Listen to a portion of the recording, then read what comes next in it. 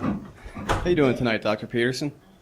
Not too bad. Pretty good question so Good. far. A little on the brutal side, I might say, but I'm incredibly nervous to talk in front of you because you've got to be one of the most formidable people that I've ever heard of or ever listened to or ever seen. So my question is, again, you're one of the best communicators that I've ever listened to.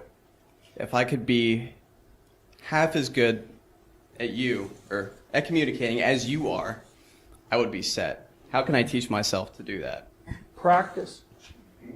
You know, really, well, there's a couple of things. It helps to read a lot. It really helps to write. So if you want to make yourself articulate, which is a very good idea, then not only should you read, but you should write down what you think. And if you can do that a little bit every day, 15 minutes, maybe you could steal 15 minutes and do it every day. But if you do that for 10 years, you really straighten out your thinking.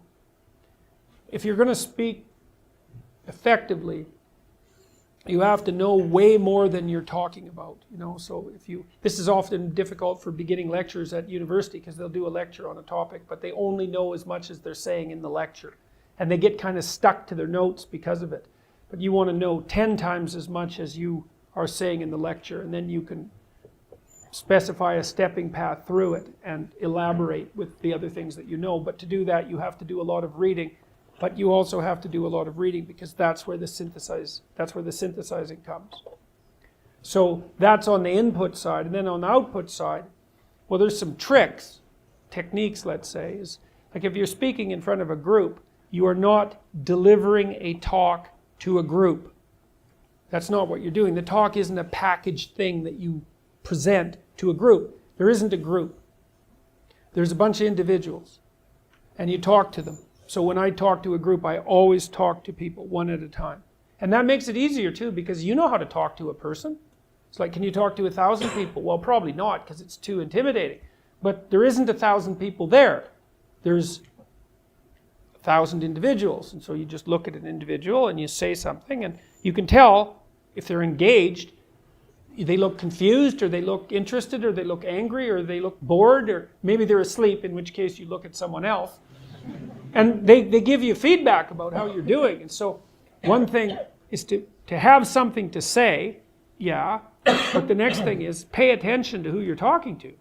Because unless you're very badly socialized, and that seems unlikely in your case, because you present yourself at least moderately well, and well, I mean, I don't know you very well, but on first sight, you're doing fine. So the probability that if you pay attention to the individuals that you're talking to, that your natural wealth of social skill will manifest itself is extremely high. And so you don't deliver a talk to an audience.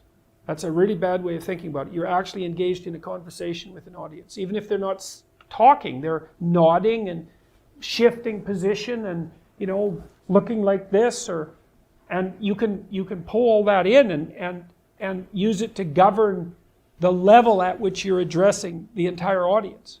So the last thing I would say is, well, having the aim to be a good communicator is a good start. And you think, well, I could buttress that to some degree. Well, there isn't anything that you can possibly, this is the whole point of a liberal education, there isn't anything that you can possibly do that makes you more competent in everything you do than to learn how to communicate. I don't care if you're going to be a carpenter. I mean, being a carpenter, by the way, is very difficult, especially if you're a good carpenter. But if you're good at communicating as a carpenter, you're like 10 times better as a carpenter. So, and this is something that the liberal arts colleges, I think, I don't know if they've forgotten it, but they don't do a very good job of marketing. It's like, well, what's the use of a bachelor's degree, a Bachelor of Arts? It's like, well, you can think, you can write, you can speak, you've read something. It's like, the economic value of that is incalculable. The people that I've watched in my life who've been spectacularly successful they have skills. Clearly, that's a minimum precondition.